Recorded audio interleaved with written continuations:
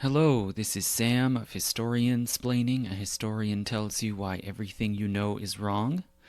So this will be the next lecture for patrons, which I'll post first on Patreon. And this is Doorways in Time, the Great Archaeological Discoveries, number 4, the Library of Ashurbanipal. So to understand why the discovery of this particular library was so momentous, we can start by looking in the Bible, specifically the book of Nahum, one of the minor prophets of the Hebrew Bible or the Old Testament. And if we look into chapter 3 of this book, it contains a series of prophecies addressed to a wicked city and warnings of its coming destruction. And it begins, quote, "Woe to the city of blood, full of lies, full of plunder, never without victims, the crack of whips, the clatter of wheels, galloping horses and jolting chariots, charging cavalry, flashing swords, and glittering spears, many casualties, piles of dead, bodies without number, people stumbling over the corpses. I am against you, declares the Lord Almighty. I will lift your skirts over your face. I will show the nations your nakedness, and the kingdoms your shame. I will pelt you with filth. I will treat you with contempt and make you a spectacle. All who see you will flee from you and say, Nineveh is in ruins. Who will mourn for her? All your fortresses are like fig trees with their ripe fruit. When they are shaken, the figs fall into the mouth of the eater. Look at your troops. They are weaklings. The gates of your land are wide open to your enemies. Fire has consumed your gates." So this is one of a handful of passages in the Hebrew Bible that speak of a city called Nineveh, which was very powerful, but in their view was morally corrupt and so doomed to destruction. And this city is used as a cautionary tale, sometimes directed at the Hebrews or Israelites themselves. And for example, the prophet Zephaniah predicts the destruction of Nineveh, which he names specifically as the capital of Assyria. And Zephaniah says, quote, "He will stretch out his hand against the north and destroy Assyria, leaving Nineveh utterly desolate and dry as the desert. Flocks and herds will lie down there, creatures of every kind. The desert owl and the screech owl will roost on her columns. Their hooting will echo through the windows. Rubble will fill the doorways. The beams of cedar will be exposed." But then after this passage, strangely, Zephaniah switches into speaking of this city in the present tense, as if the city was already ruined at the time when the prophet is speaking. And he says, quote, "This is the city of revelry that lived in safety. She said to herself, I am the one, and there is none beside me. What a ruin she has become, a lair for wild beasts. All who pass by her scoff and shake their fists." So there's all this imagery of ruination, and then particularly of animals, beasts and birds of different kinds, coming and somehow taking over the landscape. The city of Nineveh and the kingdom or empire that it ruled, which was called Assyria, looms very large in the world of the Hebrew prophets. And one can tell even from these handful of passages that Assyria was a major power, and in fact we know it was the superpower that eventually destroyed and overran the kingdom of Israel. So it was something for the Hebrews to be frightened of. But especially they focus these feelings of fear, resentment, and judgment on the city of Nineveh, which they use then as a symbol of imperial hubris, of arrogance that is then brought low. And it happens that Nineveh is also the city that God dispatches the prophet Jonah to go and preach to and to warn of a coming judgment and destruction. But in this story in the book of Jonah, the destruction of Nineveh is forestalled when the king orders the people to fast and repent, both humans and animals. Again, this continuing association with animals. The city is mentioned again in the New Testament in the Gospel of Matthew, where it's used as an example of a city that had been spared because it atoned for its sins. And Jesus himself is said to invoke Nineveh as a counterexample of a better, more penitent city than Jerusalem. But at the same time that we see this continuing invocation of Nineveh in the Bible, the real city itself remains totally mysterious. There are a few brief references to its existence in the works of Greek historians, but before about the year 1850, hardly anything was known about this city. There were a handful of inscriptions, most of them in an undeciphered script, and there were no material remains like buildings or artwork.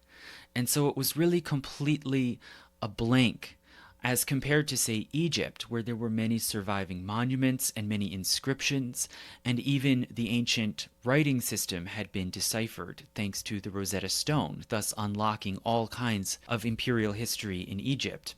But when it came to Nineveh and the Assyrian Empire that it ruled, people really had no idea how the city had risen to become the capital of a great empire, how it worked, how the people there lived or what they believed, or why it suddenly fell and was abandoned, as all of these texts consistently claimed. So this then should give some sense of the great significance of the discovery of a library that was unearthed from the buried ruins of Nineveh. And this discovery of the Library of Ashurbanipal, as we now know it, was the uncovering of what had been the largest library in the world at its time, before the days of the Library of Alexandria, and the largest single discovery of ancient texts and documents that has ever been made. And this massive uncovering shed light very suddenly on the Assyrian Empire, which went from being a complete mystery to suddenly being the best documented empire of its age, the later Iron Age. And it throws light even beyond that on how all ancient Iron Age empires in Eurasia actually worked in general, whether you're talking about the Persians, the Egyptians, the Phoenicians, because the Assyrians served as a blueprint for other empires. As far as administrative rule, military organization, the Assyrians were pathbreakers. And so this entire age of ancient history suddenly came into view that had been completely unknown. So just to give a little brief outline to situate the city of Nineveh and the Assyrian Empire in the sort of broad sweep of the history of the ancient world. Nineveh was the last and biggest capital of the Assyrian Empire, and Assyria was for a few hundred years, between about the 800s BC and the 600s BC. For a few centuries, it was an enormous superpower, which is known to have ruled over a very extensive realm, even from these brief references in the Bible and in Greek literature. The empire was based in Upper Mesopotamia, the upper and more northern zones of the Tigris and Euphrates valleys. Mesopotamia had always been, for thousands of years, it had been a center of civilization and urban life. But Upper Mesopotamia was a very different landscape from the lower regions, which were home to Sumer and Babylon. In this upper area that became Assyria, the rivers are smaller, they are less fertile, and hence there's comparatively less farming, gardening, or irrigation like you would find down in Babylon or the old cities of Sumer. The upper regions, though, have somewhat more rainfall, and hence it gives rise, rather than completely dry desert, the landscape shows some scrubby grasslands and steppes, which are fairly good for supporting animals. And so the societies in this region were more animal herding and hunting, rather than relying so much on farming. And the people there, it seems, in the Iron Age became known for horsemanship, for chariot riding, for hunting, and they're seen as very warlike. And the art that survives from ancient Assyria celebrates great kings as hunters and warriors, and they're often shown in chariots. But even that being said, some of this information that I just recited off to you, even some of that was not really known before the mid-19th century. And people in that era had only very vague impressions, indirect, and uncertain impressions and really no tangible facts about what the Assyrian Empire was, how it worked, or what was the great significance of this capital at Nineveh. So how did that change? Well, it started to change in the 19th century during the rise to power of the British Empire. And arguably, Nineveh in particular was especially interesting to this new rising imperial power that was Great Britain. They saw maybe something of themselves reflected in this very ancient militaristic empire. And hence, it may not be surprising that in April 1840, a British traveler and antiquarian named Austin Henry Layard went to Mosul in what is today northern Iraq, although the British at that point still more often called it Mesopotamia by this ancient name. Over the course of the preceding winter, Layard had been traveling around mainly the eastern Mediterranean, viewing ancient sites such as Greek and Phoenician sites, examining the ruins. But he went to Mosul because he had been told by word of mouth that there were some ruins remaining there of this ancient capital of Nineveh. So he went over into Mesopotamia, he went to the city of Mosul, and he crossed over the Tigris River to the east of Mosul to view these supposed ruins. But he saw only large mounds piled with packed dirt, dust, bushes, grass, and grazing animals like goats. He saw nothing that he was accustomed to from these other sites further west in the Mediterranean. No fallen pillar capitals, no broken statues, nothing to give away the fact that these large mounds were not simply natural hills, other than the fact that they were oddly shaped and sitting in the middle of a flat valley. So this fired Layard's imagination and curiosity, and he resolved to one day excavate and see what could be uncovered in these mounds. So over the course of the mid-1840s, Layard returned several times to Mosul and hired small teams to begin excavating in these mounds. And he made many small finds of items like ancient dishes and ivory figurines of ladies that may have been goddesses. In 1851, he had more funding and began to undertake a larger excavation around different parts of Mosul, the outlying areas of the city.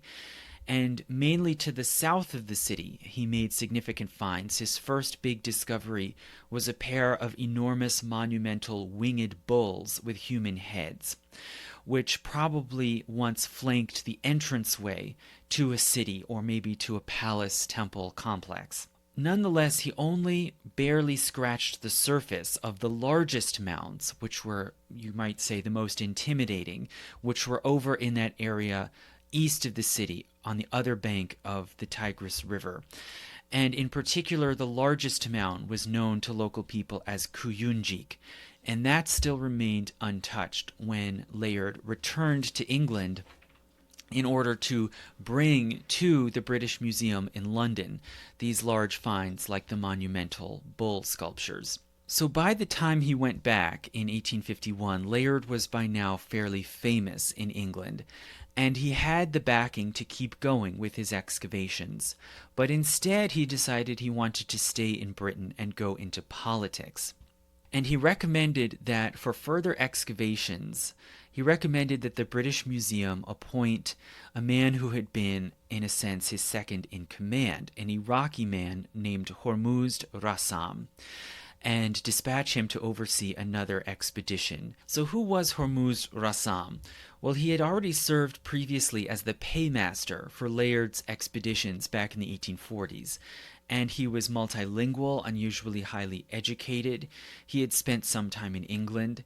He was at this point 25 years old, and he was able to receive this commission even though he was not British. He was local. He was from the city of Mosul. He was of Assyrian ancestry. In other words, he was not an Arab. There are these small ethnic distinctions that Europeans don't often know very much about, but he came from an ancestral group that traced its ancestry back to ancient Assyria, and that was still distinct from the larger Arab population. He was a Christian. He belonged to the so-called Chaldean Christian church. Hormuzd Rassam's brother was married to the sister of a British missionary, and his brother, named Christian Rassam, had actually been appointed as the British vice consul at Mosul, so he had an official position and connection to the British Empire.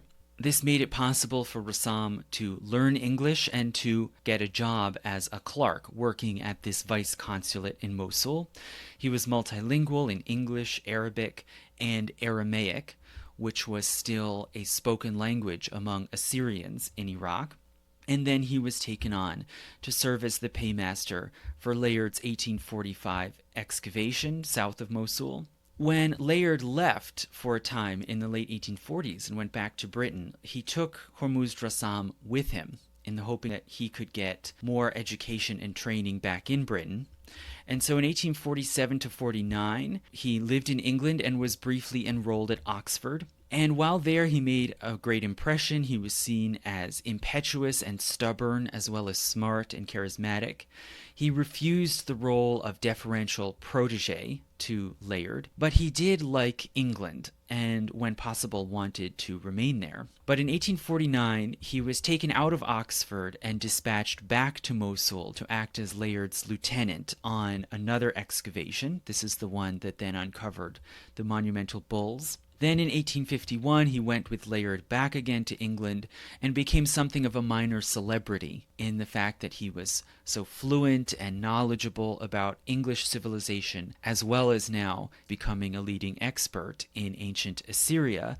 And so he was both relatable, religiously acceptable because he was a Christian, but still exotic in his way. The museum hired him for an ongoing position, and at Layard's suggestion sent him back to undertake an excavation in the bigger mounds around Mosul, but with the caveat that he would be under the supervision of the British consul at Baghdad, who was an antiquarian named Rawlinson. So there was at least this pretense that Rawlinson would be supervising him, but he was many miles away in a different city.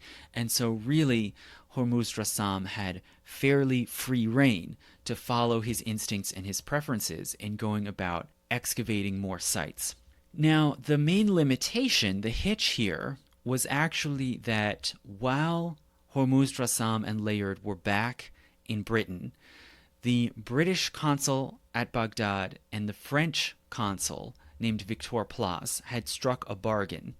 They had agreed to divide up the zones and sites around Mosul between their two excavating teams. So Hormuzd Rassam didn't really have free rein, even if he got permission and approval from the Ottoman government. This was still technically an Ottoman province. Nonetheless, more and more, it was being pulled into the spheres of influence of Britain and France, and in a miniature form, those two powers had sort of carved the areas of ruins and mounds around Mosul into their own little spheres of influence, British and French. So over the ensuing months in the early 1850s, the British and the French teams sort of raced around to different sites, trying to get to them first to excavate, and often disputing turf, right? Coming into disagreements and clashes over who had the rightful claim to excavate a given spot that seemed to be promising. And sometimes these clashes actually erupted into physical fights and brawls. Rassam was able to press an advantage in this situation because he had a great deal of local supporters. He spoke the local languages fluently. He had friends and relatives on the ground around Mosul. And so when it came to sort of strong-arming, he could press something of an advantage. But nonetheless, his preference was to somehow simply undermine or nullify this entire deal, this bargain that had been made in his absence, dividing up the sites into these two spheres. So he's really bridling against this restraint, and he strongly believes that the northern end of that largest mound, called Kuyunjik, surely must be the most important site, and he surmised that that was probably the center of what had been the ancient city back in the 600s and 700s BC. So that's really his main goal, but it seems to lie on the other side of this line, in the French zone of influence, you could say. So in 1853, after many months of this tug of war, Rassam made a plan to sneak in quietly at night and begin, in a very small and selective way, excavating into the mound at this prime spot. And he found that the perfect time to do so would be around the winter solstice in December, when the nights were longest. They would have the most time under cover of darkness. And incidentally, there would also be a full moon around that same time to give them light to see their way without having to light lanterns. And serendipitously, it happened that there were 3 nights in a row of a very clear sky, allowing this bright full moon to illuminate their way in and around December 20th, 1853. So over the course of these 3 nights, they were able to quickly dig in, find some stone fragments, and then finally reach a point where they uncovered a large, elegant relief sculpture showing an emperor in imperial garb. And this was a new imperial figure, different from what had been seen in other sites. So whereas Layard had already uncovered another site that he believed to be the palace of an emperor called Sennacherib, who is mentioned in the Bible, this seemed to be a different emperor, and hence maybe an entire new palace. So this significant find really electrified his team. There were celebrations, but also the news spread like wildfire among the networks of Aramaic and Arabic-speaking people around Mosul, and it was only a matter of time until the news of this discovery reached the French consul himself, Victor Place. So Place rushed in, found the site where they had been digging, and immediately protested and objected. But Rassam at this point, when this conflict is coming to a head, and Rassam at this point argues that the permission to excavate Kuyunjik, this major mound, had been given already years earlier to Layard, right? And so in that way, the Ottoman authorities had given that title, you could say, to Layard. But it had been then the British consul Rawlinson in Baghdad who had then made this bargain with the French. And Rassam argued that Rawlinson had no power to cede a right that he had never had and that didn't belong to him in the first place. And so Rassam took a firm stand that he had this permission granted to him from Layard and in turn from the Ottoman government. So Victor Place, rather than starting another brawl, backed down and allowed the excavation of Kuyunjik to continue. So Rassam and his team began excavating what they found to be a large palace complex right where Rassam had expected it to be, in the northern end of the mound called Kuyunjik. And this complex came to be called the Southwest Palace, or eventually, once more was learned about it, the Palace of Ashurbanipal. And they first found a large series of staterooms, most of them lined with long, elaborate friezes of relief sculptures. And these were very brilliant. They removed many of them to then send back to the British Museum or other sites. And one of them in particular, an especially long stateroom, showed an elaborate series of dramatic scenes of the emperor hunting lions. And these showed exquisite realism and detail in the bodies and the motions of both the humans and their horses and the lions. And Rassam himself was mainly interested in this art. For him, that was the main goal and trophy to be gained. He paid relatively little attention to the writing. He didn't necessarily think that was as appealing to the public, as noteworthy, and almost all of it was in a writing system that he himself didn't read. However, the British consul back in Baghdad, Rawlinson, insisted that Rassam look for inscribed tablets. So this may be the one significant instruction that Rawlinson actually did give to him, was to look for and gather tablets with texts and inscriptions. And Rassam found, according to a book that he later wrote, Rassam found on the floor of that large stateroom with the lion hunting friezes, which may have been the throne room, scattered on the floor piles of terracotta tablets, most of them inscribed in the writing system we call cuneiform, which, as I said, Rassam could not read. And most of them also were stamped with seals that may have been official seals from the imperial government. And a few also were inscribed in other writing systems, such as Egyptian or Phoenician writing. So Rassam gathered many of these tablets and then shared them and showed them to both French officials and to Rawlinson, the British consul who was an antiquarian, and asked them to provide translations. And only when these different experts from both nations gave him consistent translations was he persuaded that they really were able to read this writing system and that there was something significant and revealing there.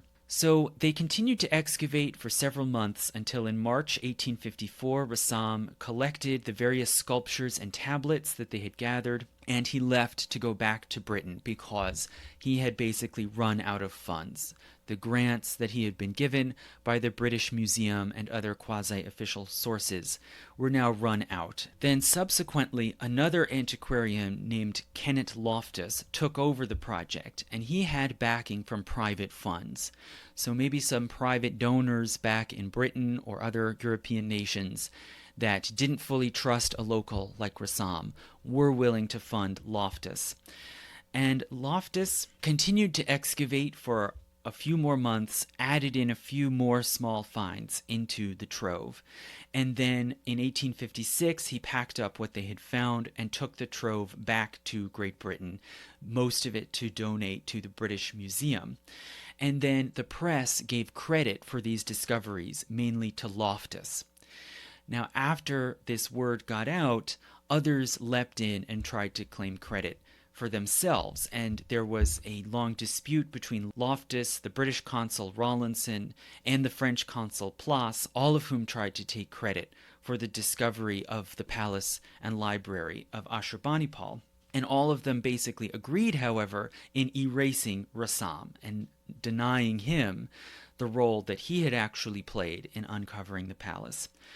There is one example of one news report that did cite Rassam as the discoverer, but in a way it still gave indirect credit to the British excavators and said that he was, quote, impregnated with English energy by these mentors like Rawlinson and Layard, and that is what then inspired him to make this discovery. So Rassam was naturally frustrated at not getting the full credit that he believed he deserved, but nonetheless, British and French officials in Iraq knew very well what he had done, and partly in response to that, Rassam got a diplomatic post working at another British diplomatic station in Yemen. He served there through the 1850s. Afterwards, he then was sent on a very sensitive and difficult diplomatic mission to Ethiopia, which ended poorly, although it was not mainly his fault. And after that point, he retired from diplomatic work and went back to London, where he settled permanently. He married an English woman, and then in the 1870s began to be involved again in archaeology. And especially after 1876, he was sent on many important missions to excavate at Babylon and other important sites around Mesopotamia. And he attained some degree of success and renown, but still, not surprisingly, his name is rarely brought up in modern literature about these discoveries.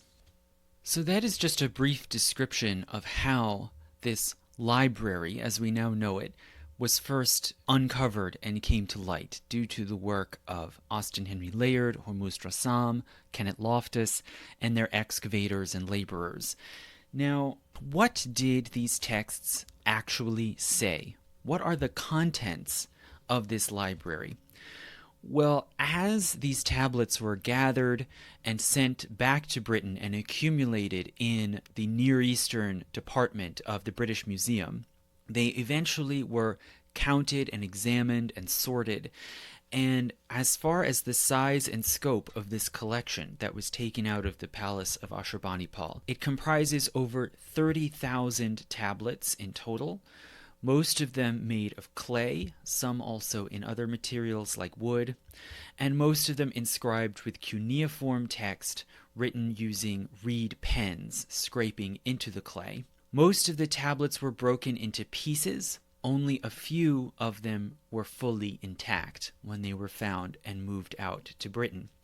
Just the catalog of these various tablets in the collection fills 5 volumes. And it happens that just before this discovery was made in 1853, a few scholars in Britain and 1 or 2 in Germany had been working on trying to decipher the cuneiform writing using a fairly small number of materials, most of them just inscriptions that had been gathered by other antiquarians in Iraq. And they were able to make progress in decoding this writing system, first by making an assumption that happened to be correct, that the underlying language that it encoded was Semitic and probably related to languages like Aramaic that were associated with the Assyrian Empire. And they were able, little by little, then with the added help of this mass of new material from the palace of Ashurbanipal, they were able to determine that the language of most of the texts was Akkadian,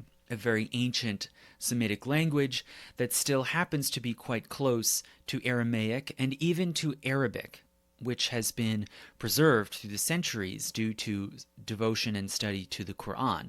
So there's been a great deal of continuity where Arabic has been conserved through the Islamic tradition and Aramaic through Jewish and Christian tradition, and hence the Akkadian was not so far off from these known written languages, and they were able to, little by little, through analysis and comparison, to reconstruct the Akkadian language and then to decipher and transcribe and translate these masses of material coming from the Library of Ashurbanipal. And most of it, of course, today has still not been translated. There is so much material, and it is such a painstaking process to transcribe and interpret these texts that most of it still remains there in drawers and cabinets in the reading rooms of the British Museum, yet to be studied. So when presented with this gigantic new trove of material, these Victorian scholars who had access to it in the 1850s, 60s, and 70s, they had to prioritize and figure out what sort of texts they were interested in and would be worth going through this labor of transcribing and translating. And in this early period, these scholars put a tremendous priority on comparisons with biblical history and biblical texts. So this was a time when higher criticism of the Bible, historical awareness of the Bible as mythology and folklore had just come into intellectual vogue. There was broad reconsideration of the meaning of the Bible in light of new theories like the theory of evolution and so on. So readers who went through this great work of learning Akkadian and learning cuneiform were able to pick out passages to compare against references and chronicles in the Bible. They were able to reconstruct the reigns of the 3 emperors who had ruled from Nineveh. So Nineveh, they found, had not been the capital of the empire for a very long time, less than 100 years. And only 3 emperors actually ruled from that capital in the north. One of them was Sennacherib, who, as I mentioned before, was also mentioned in the Bible. He's the emperor who first moved the Assyrian capital to Nineveh and expanded it into an enormous, opulent capital. One of the things he did is diverted a small river in order to feed into a moat and pleasure gardens around the capital. He was succeeded then by his son Esarhaddon, who ruled for about 12 years, and then Esarhaddon was succeeded by his son Ashurbanipal, who was the 3rd and apparently last emperor at Nineveh. Ashurbanipal is the one who assembled the library from many sources all around the empire and beyond. He died around 625 BC. The date is not entirely sure, and power disputes and fractures quickly followed. It seems for some period of time a court eunuch took over and governed for a short time.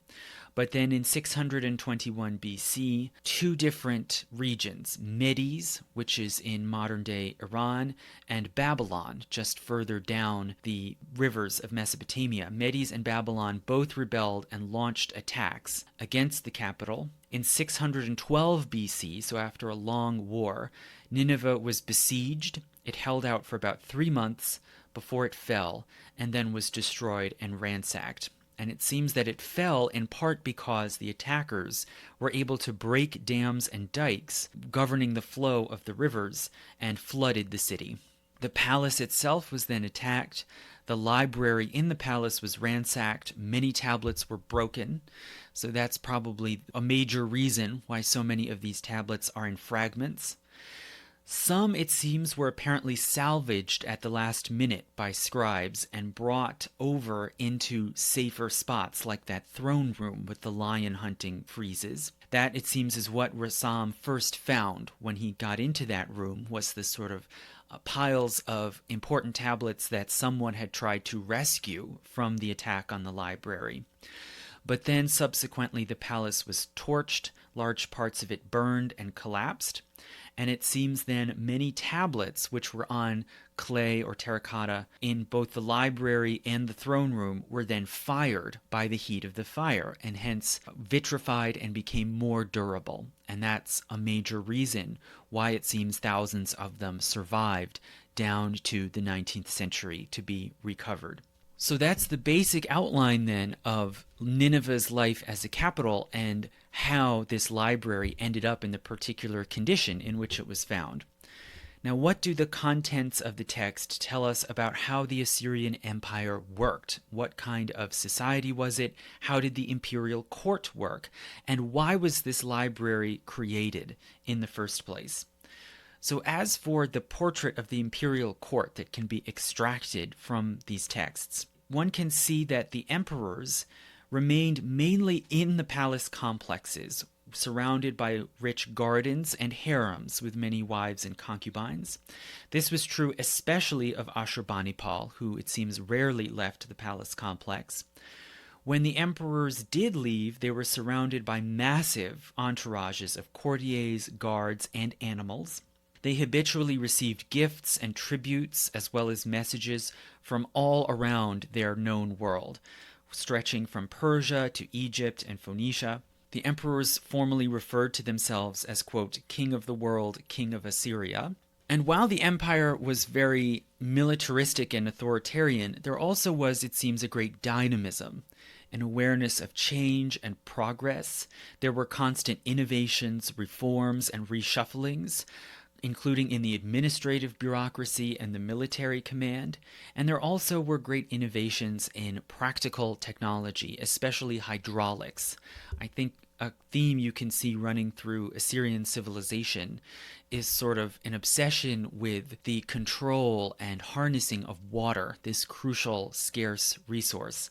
So there was a lot of innovation and celebration of new inventions like new water pumps or water screws and so on. Formalistically and outwardly, the palace, it seems, projected total confidence in its monumentalism, in its richness, and in its themes, in its art. For example, there's a famous sculpture recovered from the palace called the Garden Party, which shows the Emperor Ashurbanipal relaxing, eating, having musicians playing harps, and so on, while meanwhile the head of one of his enemies, who had been the king of Medes, is severed and hanging from a tree in the garden. And it sort of dramatizes this sort of easy confidence of being able to dominate and subjugate any of their surrounding peoples. But at the same time, this extreme confidence, as is often the case, was really a veneer or a show to paper over a deep anxiety. The palace had a very extensive, complicated internal and external spy network. Since the emperors understood, in their view, that the gods had granted them this incredible power and good fortune to rule over the entire world, equally they were conscious that the gods could take that away at any moment. So the emperors were truly obsessed with omens, signs of bad fortune or divine disfavor. They built enormous temples and observatories for the watching of the heavens, to be vigilant for omens or messages. And the Assyrians, it seems, broadly viewed the world as a kind of great text, a text or a tablet upon which divine beings wrote signs and symbols as messages to their lieutenants, which were the emperors. And there was an endless, constant consultation with astrologers and soothsayers. They interpreted bird flights, smoke patterns, entrails taken from sacrificed animals. There was a tremendous fear of launching the wrong campaign or taking action at the wrong moment, which would lead to failure or disaster. And there also was perpetual fear of internal violence and treason and disloyalty within the empire or even within the imperial court itself. And even in this time of great flourishing in the Nineveh period, still, there was frequent violence and instability reaching through the empire and into the court. Before Sennacherib came to power, his father, Sargon II, had been the emperor, and he died in battle. And his successor, Sennacherib, saw this as a sign of divine disfavor. He saw dangers relating to the fact that Sargon II had been brought low and humiliated by defeat in battle. And so this seems to be the reason why Sennacherib then moved the capital. It was sort of trying to get away from bad luck or bad omens. He moved the capital to Nineveh and built an enormous palace there. Then in 681 BC, Sennacherib was assassinated by two of his own sons, and they were resentful because their younger brother had been skipped over, and their younger brother had been chosen to be crown prince and successor. So in resentment, they killed their own father, Sennacherib. But it seems that power nonetheless did pass to that youngest son, Esarhaddon, who ruled from 681 to 669, but who felt a constant insecurity, knowing about the violence and dissension that had preceded his own rise to power. And it seems he felt constant anxiety and constant incurable ailments. He was surrounded by a sort of army of physicians constantly trying to treat or heal all of his aches and pains and sicknesses. He eventually died on the way to Egypt to try to suppress a rebellion. So you could say, despite all of his precautions, nonetheless his fears came true.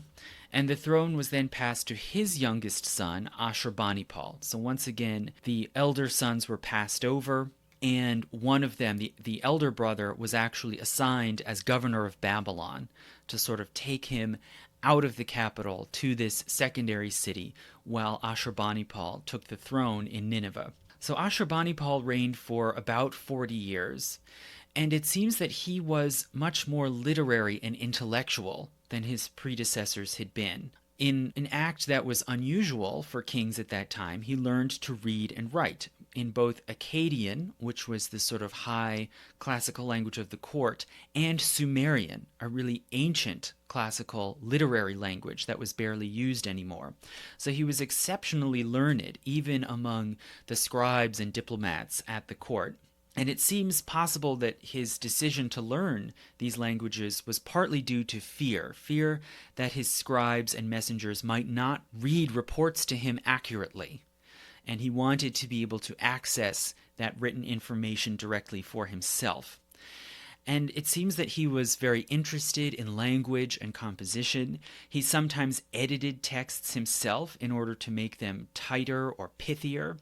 And a few of his editorial notes even survive in the sort of annals of the court. There are points where his comments on compositions were recorded and survive, including in one instance, it seems he heard a speech and then he reviewed the written text taken from that speech, and he criticized it and said the talk was better. So he took great pride in his literacy, even in those hunting sculptures in what seems to be the throne room where he's pursuing and slaying lions.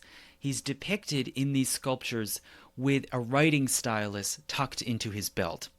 So in a sort of subtle way, he's celebrating his own literary capabilities. He also, like his predecessors, faced serious resistance.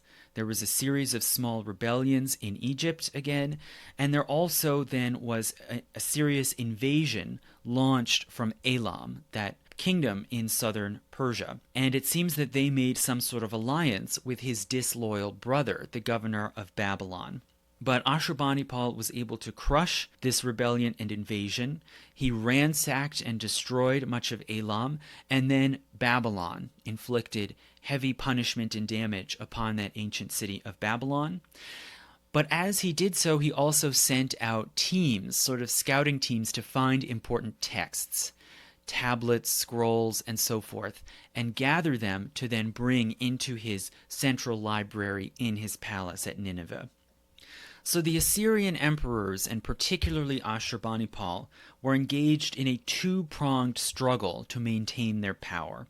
One, by perfecting techniques of administration, and two, by using divination and prognostication. And this two-pronged struggle led to the creation of the massive library.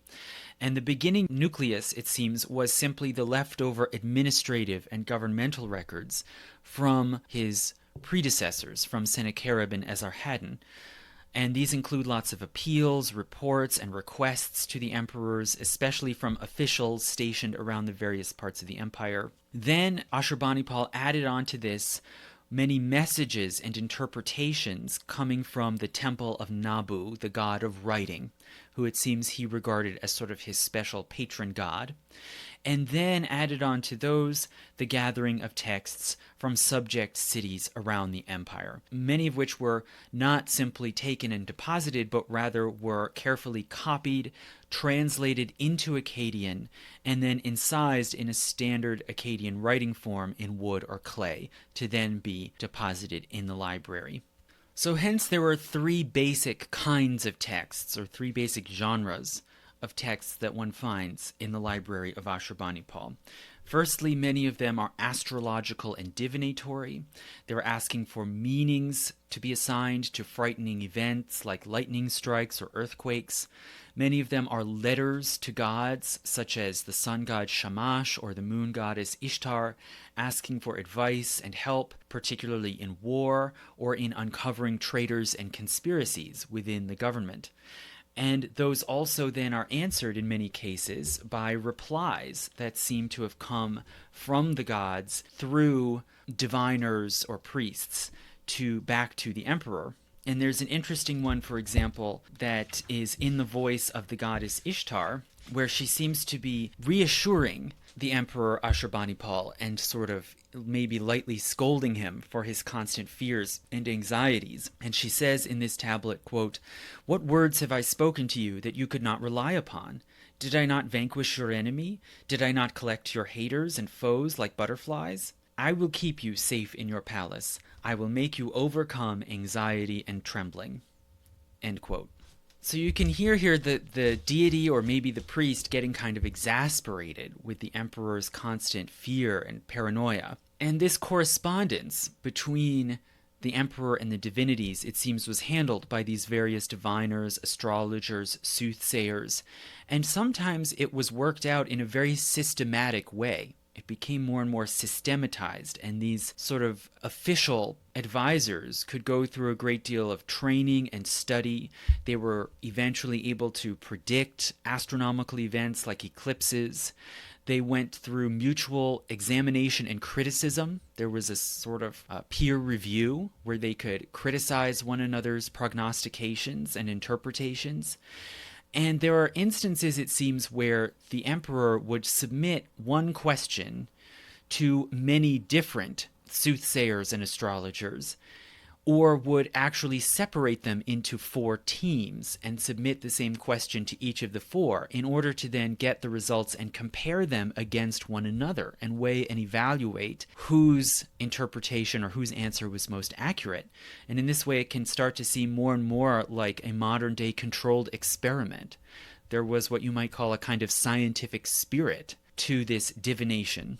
Secondly, many of the texts are literary, recording epics or poetry. And it seems that even Ashurbanipal himself sometimes wrote poetry, hymns of praise and of lamentation. He writes sometimes to the god Nabu, who seems to have been his favorite and patron, and wrote to him about his difficulties, his emotional torment, his political problems, and even reflects suicidal feelings. For example, there's one poem where he seems to say that he had been attracted to the prospect of becoming emperor because he believed it would fulfill his literary aspirations. And he says, quote, "In my childhood, I longed for the assembly, to sit in the tablet house. But now he finds governing taxing to the point of contemplating death." Later in the poem, he describes his present condition and says, quote, "Often I go up to the roof in order to plunge down, but my life is too precious, it turns me back. I would hearten myself, but what heart do I have to give? I would make up my mind, but what mind do I have to make up? O Nabu, where is your forgiveness? O son of Bel, where is your guidance?" End quote. So in addition to this poetry and these hymns, which could often be very confessional and emotional, there also are great legends and epics, which it seems Ashurbanipal wanted to collect and archive. Many of these longer epics are in series of many tablets, which are then carefully numbered and labeled. So a typical one might begin with a heading with the number, the title of the particular section, the series title, and then, quote, "Palace of Ashurbanipal, King of the World, King of Assyria." And it seems that Ashurbanipal had a particular interest in collecting legends and stories from before the flood. So the Assyrians at this point had a myth of a great flood, which seems to be closely related to the flood myth that's also recounted in the Bible and in other Near Eastern mythologies. So it seems that he believed that there had been a great flood, and that knowledge that survived that flood was somehow especially crucial and particularly related to this critical ability to channel and control water. But then thirdly, the largest number of texts from the library are administrative, recording reports and requests from various government bodies and officials. And these records reflect a really bustling empire with many complaints about everyday problems of urban life, like reckless driving, disputes over noise, disputes over vendors' spots on the streets, things that are still issues in places like New York City today. And as for the court itself, it appears that it was really swarming with literate men of various kinds, priests, scribes, administrators. The library has thousands of requests for better pay or for better perks like horses or official clothing. And in addition, beyond the capital, the provinces saw many small acts of resistance and protest, signs of possible plots. Some of these are just reports of petty incidents, like someone expressing anger or a curse at the local governor. And any little incident like this, it seems, could be considered significant and could arouse fears about possible conspiracy. So it was really a hyper-vigilant empire, and the constant communication about power or resistance was flowing in right into the emperor's own hands. And the efficacy of this mode of government is certainly questionable. It's impressive how much they were able to manage this flow of information. But at the same time, too much information can be overwhelming or paralyzing. And ultimately, it's questionable whether this was at all effective in keeping the empire together. And as I said before, it seems that power fragmented fairly quickly after the death of Ashurbanipal, resulting in rebellion and civil war, and rebels attacked the palace in 612. And it seems that Ashurbanipal and the other emperors' paranoia about plots and conspiracies against them maybe were ultimately justified, because it seems that when the palace was attacked and ransacked, the attackers hacked and defaced images of the head and hands of the emperor Ashurbanipal. So it is suggestive that they saw this, even though he'd been dead for at least a decade, they saw this as a kind of personal retribution against an emperor that they saw as a traitor or a tyrant. And it's significant also that we know from the records and reports in the library that Ashurbanipal commissioned a great epic to be written about his successful suppression of the rebellion in Elam. But no copies of that epic survive anywhere in the library, at least none that has ever been found, which is surprising considering that this seems to have been a sort of text that he wanted as a crowning literary achievement of his own reign, and yet it does not survive. And this suggests that among those who attacked the library were some who knew where the copies of that epic were and specifically took them out and destroyed them so that we do not see them today. So it does seem as if these fears and anxieties eventually came true and led to the end of the Assyrian Empire entirely. Now, as I said, there's this constant sort of power struggle between the capital and this subject province of Elam, which more than once rebels against Nineveh. But there's also this looming matter of Babylon, which was an older city, which had very ancient roots and ancient art dating to before the rise of Assyria. And there clearly is a kind of love-hate relationship here between the imperial capital and Babylon to the south, where there is a lot of political resentment and jealousy between the two. Babylon is a source of plots and conspiracies. But also Babylon was a great inspiration. It was an inspiration in art and literature, and many of the historical legends and chronicles that are preserved in the library are taken from Babylonian sources, and those Babylonian sources are often specifically cited and recorded reverentially. So you can see here a sort of ambivalence embedded in the body of literature regarding Babylon, and the most important and most famous text that has ever been found among the library was in fact copied from a very ancient Babylonian source, and that is the long epic that we today know as the Epic of Gilgamesh. So the discovery of this most important text from the library was made by a previously fairly obscure man named George Smith. And George Smith was a working-class craftsman from a working-class area of London, grew up in a poor household, but was apprenticed as a teenager to a company of engravers in Fleet Street. So this was a potentially promising, skilled line of work. He clearly showed talent and diligence. And while working for these engravers in Fleet Street, it seemed as if George Smith would go on to a successful career in that business. But he took all of his possible time off, including lunch breaks, to go to the British Museum and examine and study these broken, fragmented tablets from the Library of Ashurbanipal.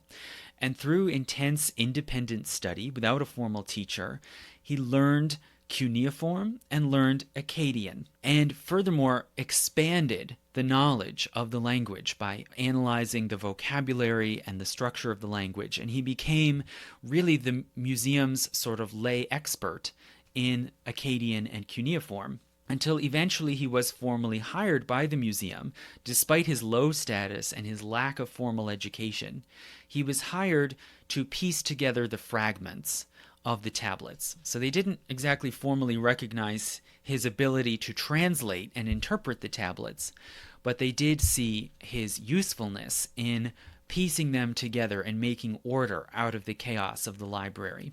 And in 1871, he collected various texts that he had translated that he believed were significant to the history of the Imperial Court, and he published a book called Annals of Ashurbanipal. So this gave him some basic degree of notoriety. In 1872, he had more time and more funds to be able to keep examining these texts, and like other more highly trained scholars, George Smith also was interested in the light that these records might shed on the Bible and on the historicity of the events and the prophecies recorded in the Bible. So it was in that mindset that in 1872, Smith found a passage on a tablet in the British Museum's collection, which was partially encrusted over with calcium deposits.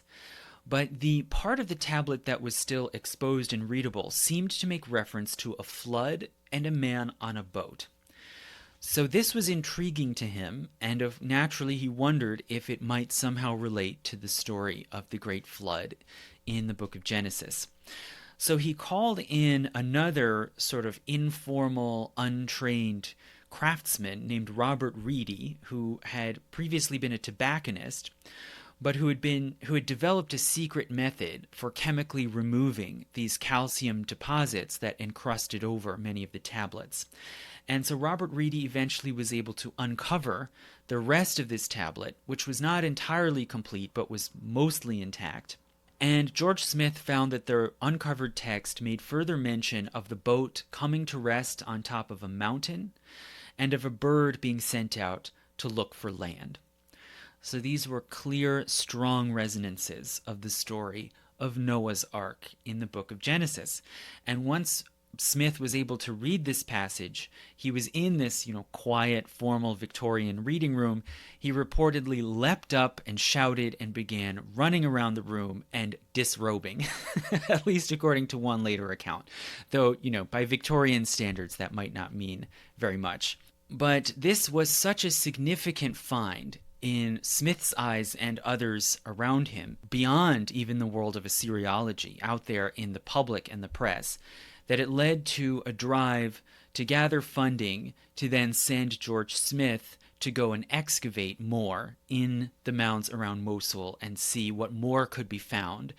And in particular, the Daily Telegraph pledged a great deal of funds. So he and his friends tried to get funding directly from the British government.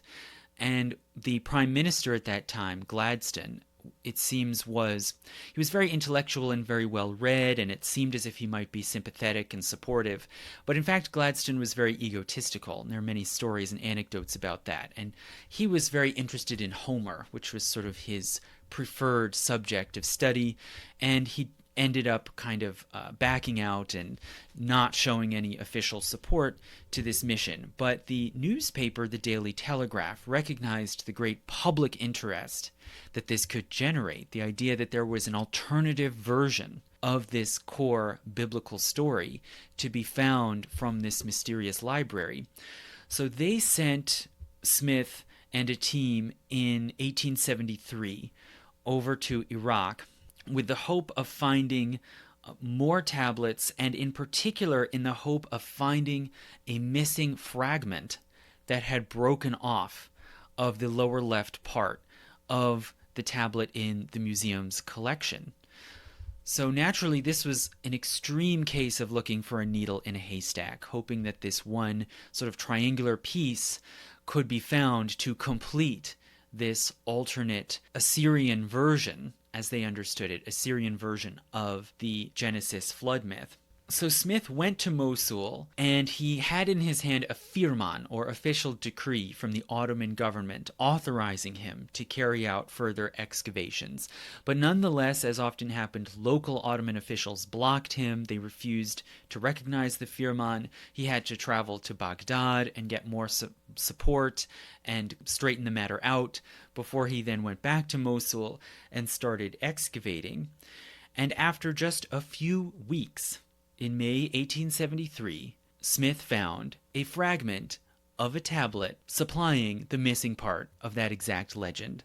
So it's one of these unbelievable, at least it seemed at the moment to be one of these unbelievable strokes of good fortune, that this one needle in a haystack he wanted turned up within a matter of weeks. And he, of course, was enormously excited. This gave greater clarity and completeness to what they called the Chaldean version of the flood myth. And the discovery also was quickly announced and spread around the world by telegraph cable. There were now cables running all around the Ottoman Empire, Europe, India, and there was a kind of public sensation around it.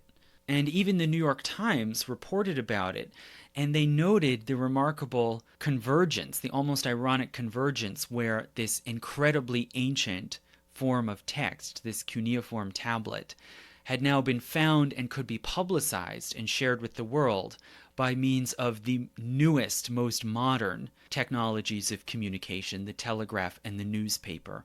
And in this way, you could almost see the circle of history coming around full circle.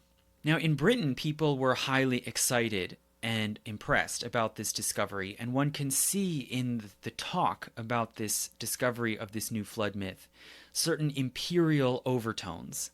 The feeling that this ancient and exotic world had now been effectively colonized or conquered by the new empire of Britain. So even though Iraq was still technically under Ottoman rule all through this time, nonetheless the Daily Telegraph reported about the discovery and said, quote, "The deciphering of Assyrian cuneiform is marching at a pace that must astonish its most ardent admirers and surpass the expectations of its most devoted followers.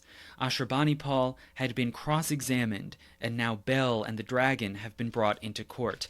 The mythology, or rather the religion, of the Semitic polytheists has been conquered." So you can see here Britain, in a sense, co-opting antiquarianism and co-opting this ancient knowledge into a sort of new imperial quest and casting this mission as a sort of intellectual or spiritual conquest of the East, which could, by implication, then pave the way for actual literal military conquest. And this new imperial interest is reflected even in Smith's own reports. As he was sending cables back to Britain about his search for the Gilgamesh passage, he also reported finding, quote, "a curious tablet copied from a Babylonian original, giving warnings to kings and judges of the evils which would follow the neglect of justice in the country," end quote. And I think you can see in this sort of report a carefully studied ambiguity. Why is it curious? Why is this tablet curious? It seems fairly normal, even typical of ancient literature.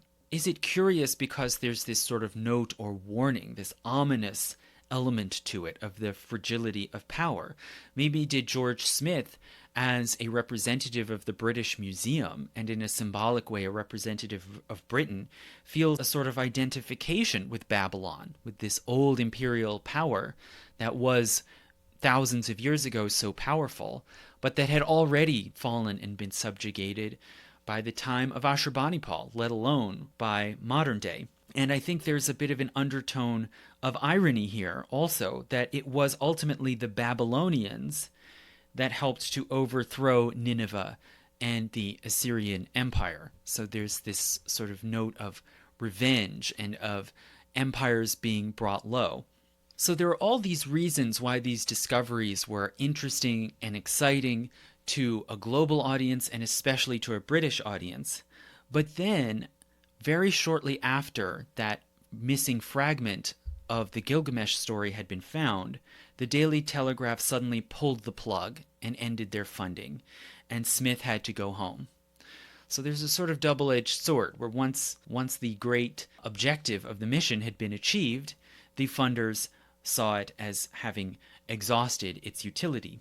So Smith had to go home, and at the same time there was warfare starting to break out more and more among the Arab and Assyrian tribes around northern Iraq as the Ottoman government bit by bit lost its grip, was running out of money, was losing control of its local territories. He had to leave fairly quickly through somewhat dangerous territory, and on the way, Turkish officials actually seized his collection of tablets, ignoring the firman from Constantinople.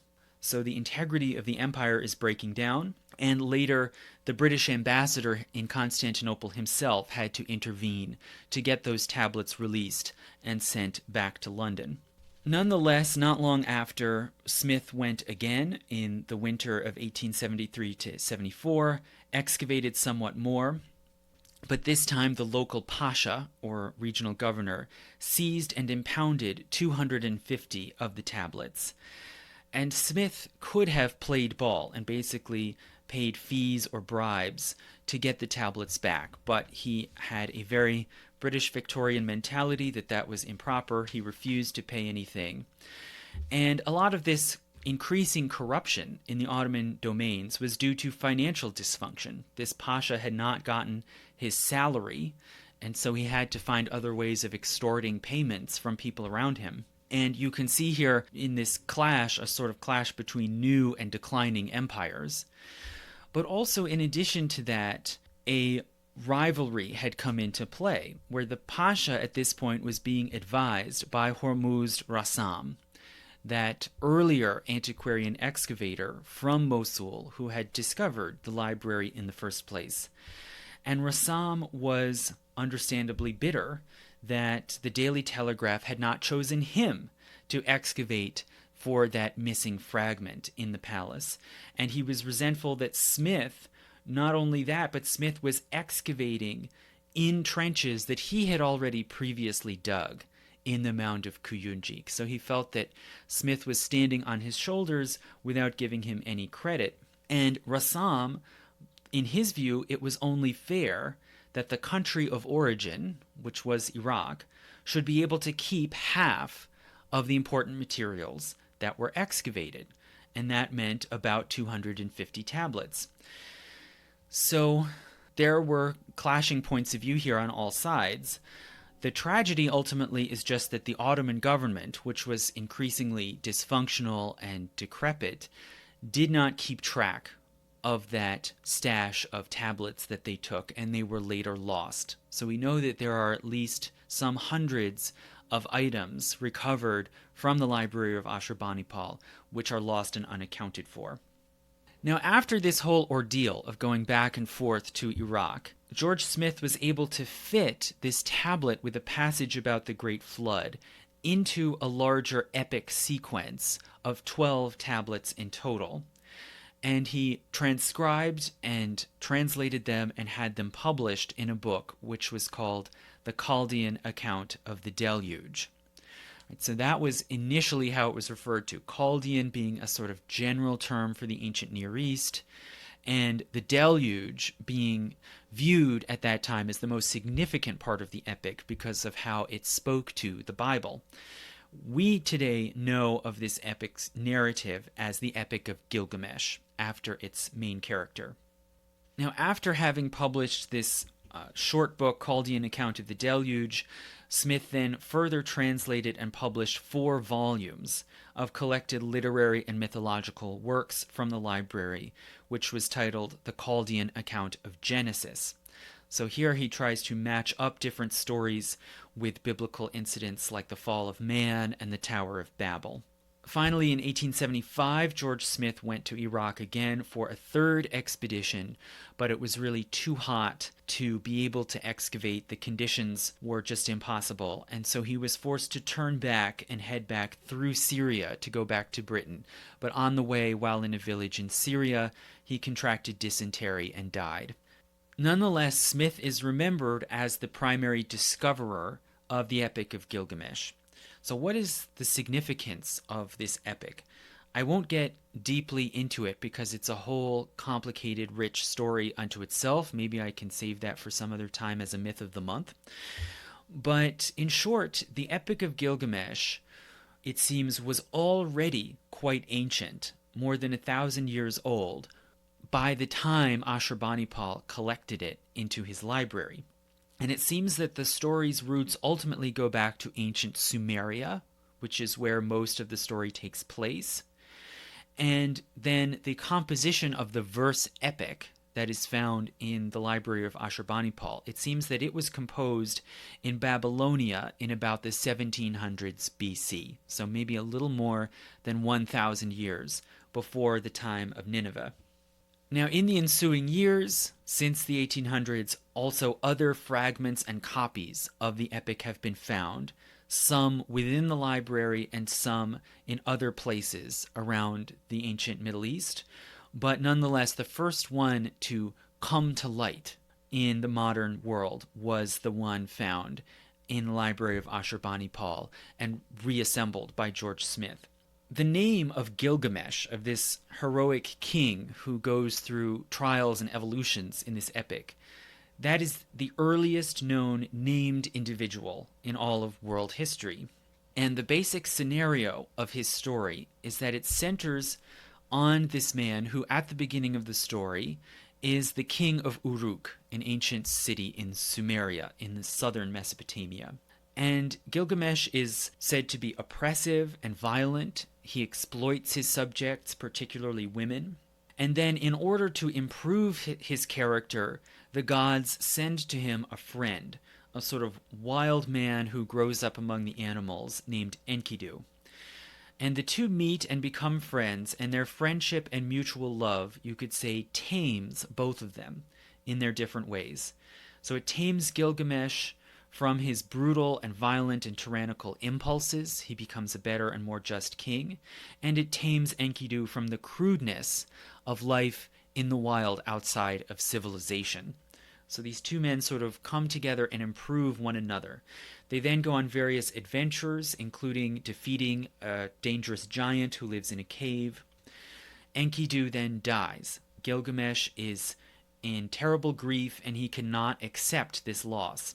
So he decides to seek for a cure of death, a source of immortality. And he goes on a journey to meet a man called Utnapishtim, who reportedly is immortal.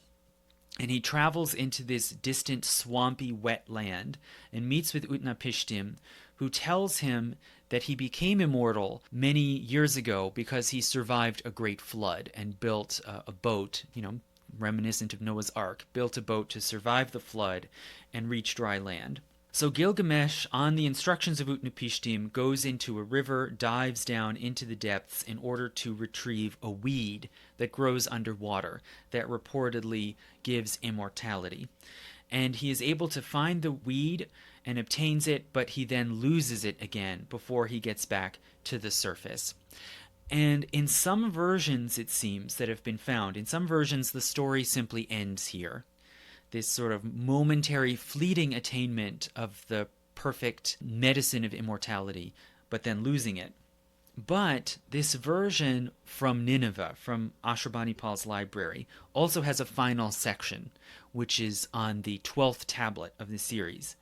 And in this final section, Gilgamesh then meets with the phantom of Enkidu, who has been sort of drawn up in phantom form from the underworld.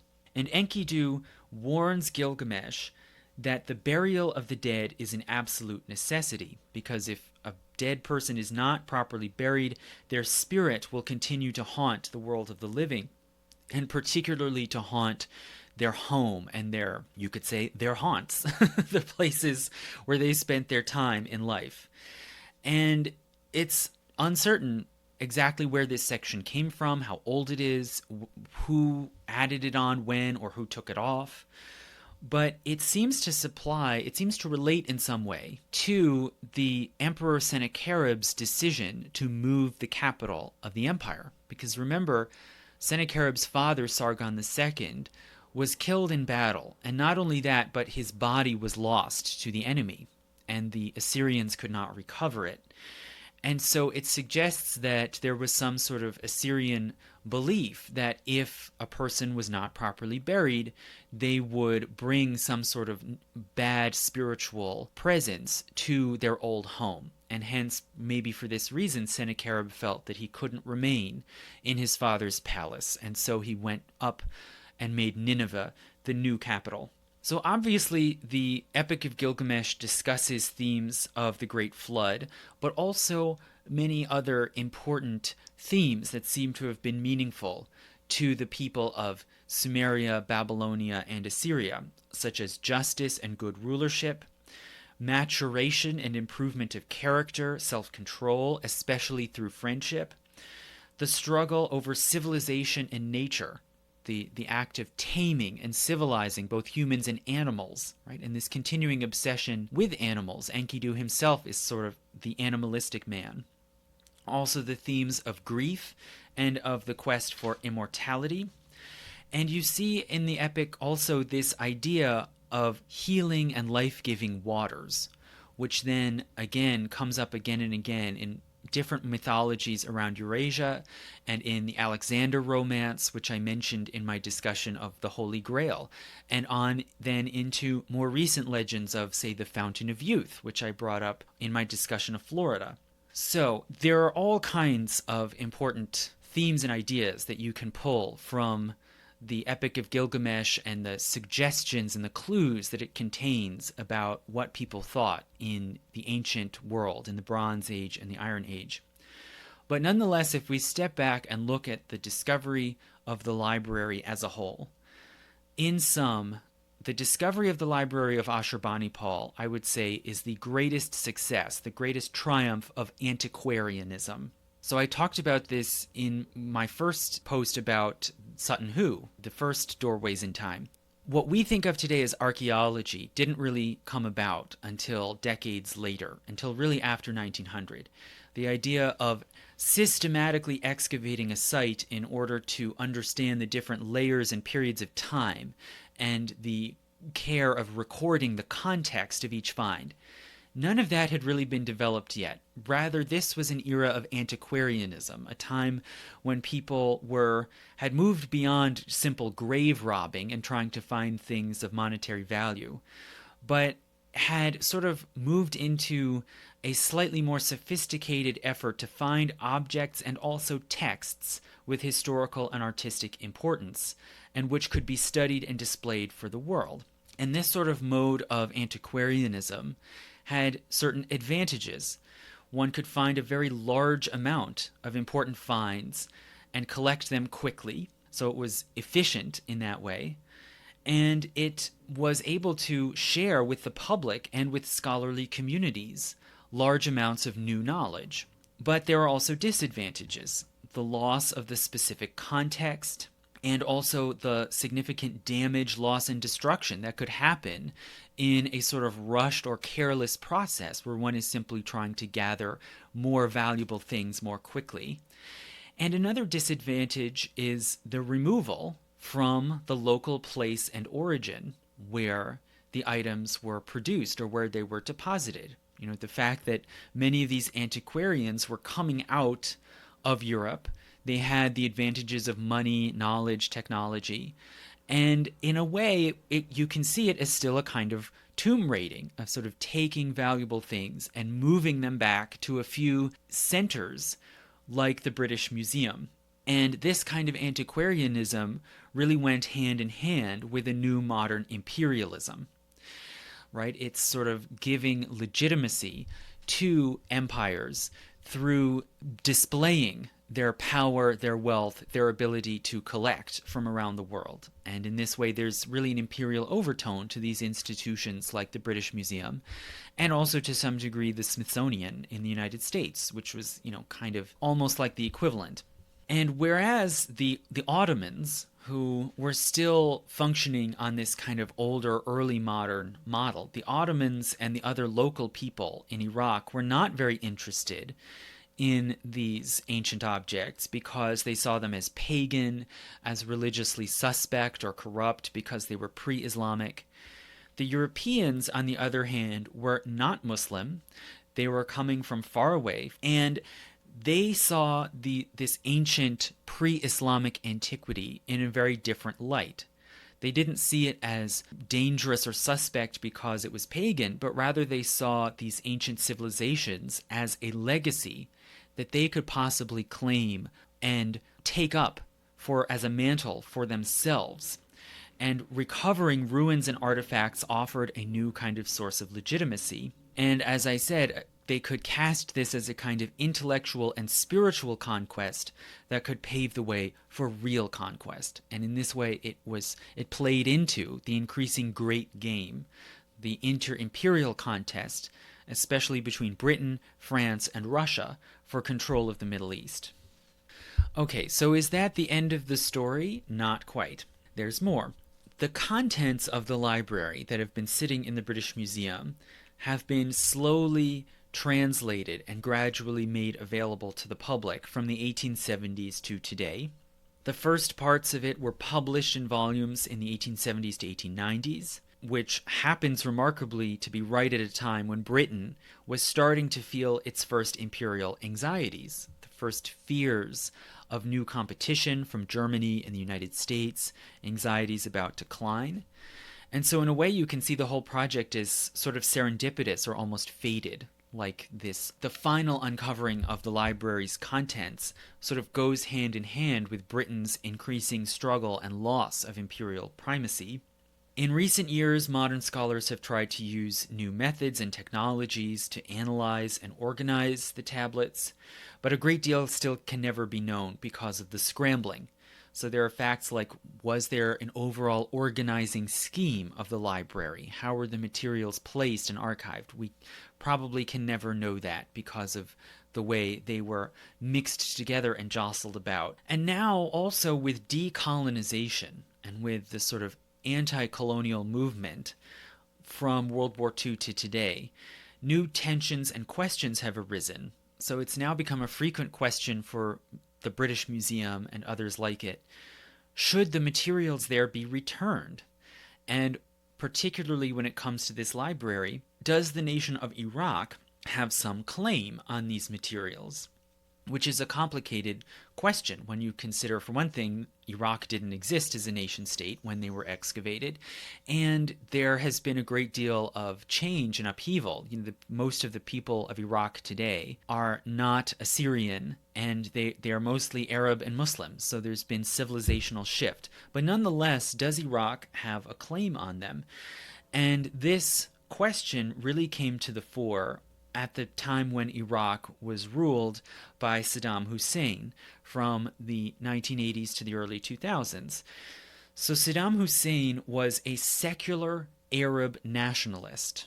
Much like modern Europeans, Saddam Hussein did not view pre-Islamic antiquity as simply benighted heathenism, but rather he saw it as a source of possible pride and inspiration for the modern Middle East and for modern Arabs. And Saddam Hussein, in his propaganda, he often likened himself to ancient leaders like Gilgamesh, Hammurabi, and Sargon. He also was a novelist. He wrote several novels, the last of which was a historical fiction novel taking place in ancient Mesopotamia, which was loosely based on the Epic of Gilgamesh. And it's clear that Hussein saw himself as a kind of modern, a new coming of Gilgamesh. And in the year 2001, Saddam Hussein pursued his last big kind of monumental project. So he'd already laid some groundwork to sort of reconstruct a replica of Babylon. And then in 2001, he embarked on a project to create a new Library of Ashurbanipal on the campus of the University of Mosul. And this new library would include in its collection cast replicas of the tablets held in the British Museum, as well as a modern book collection focusing mainly on the different eras of the history of Iraq, right, going back to ancient Mesopotamia. And this library was built to have 5 floors, including storage and reading rooms, conference and seminar rooms, and museum displays. Construction did begin in 2001, but it was slow and it was then halted by the U.S. invasion of Iraq in 2003. The work of construction and reconstruction then resumed in 2004 under U.S. occupation, supported in particular by SUNY Stony Brook, which donated thousands of books. But this project was a very low priority, right? After the devastation of the war, the University of Mosul had to rebuild its main library, its hospital, its medical school, and its academic press, all of which had been burned down or severely damaged by rockets and looted in the war. So several years later, in the 2010s, other Arab institutions around the Middle East rallied to support this project, again as a kind of recovery of history for modern Arab pride. So institutions like the Biblioteca Alexandrina in Egypt offered to make donations, but these plans froze again when ISIS took control of Mosul for 3 years, over 3 years, from June 2014 to July 2017. Okay, so what has become of this project now after ISIS has been expelled from Mosul? Well, as far as I can tell, it's simply suspended in uncertainty. Will the project continue? What exactly would be the constituency of the project? Whom is it supposed to appeal to, and where will it get support from? I cannot find any current information about this, except the only indication I have that anyone is working on furthering this project of the new Library of Ashurbanipal is just an audio report and interview from last fall, 2021, which was broadcast on an Australian radio program in Aramaic. So apparently there is an Assyrian community in Australia, and they have a so-called Assyrian Australian Association, which then sponsors a periodic news program on Australian radio in the Assyrian Aramaic language. And this report, I cannot understand it, but the copy text implies that this association in Australia is trying to make some sort of support for this project of rebuilding the Library of Ashurbanipal. If anyone happens to know Aramaic, I can send them the link and they can see what it says. But that is all I know. As far as I can say, it is simply hanging in uncertainty. So that is the massive thousands of years long journey, millennia long journey of the Library of Ashurbanipal. Thank you so much for listening, and I will talk to you again soon.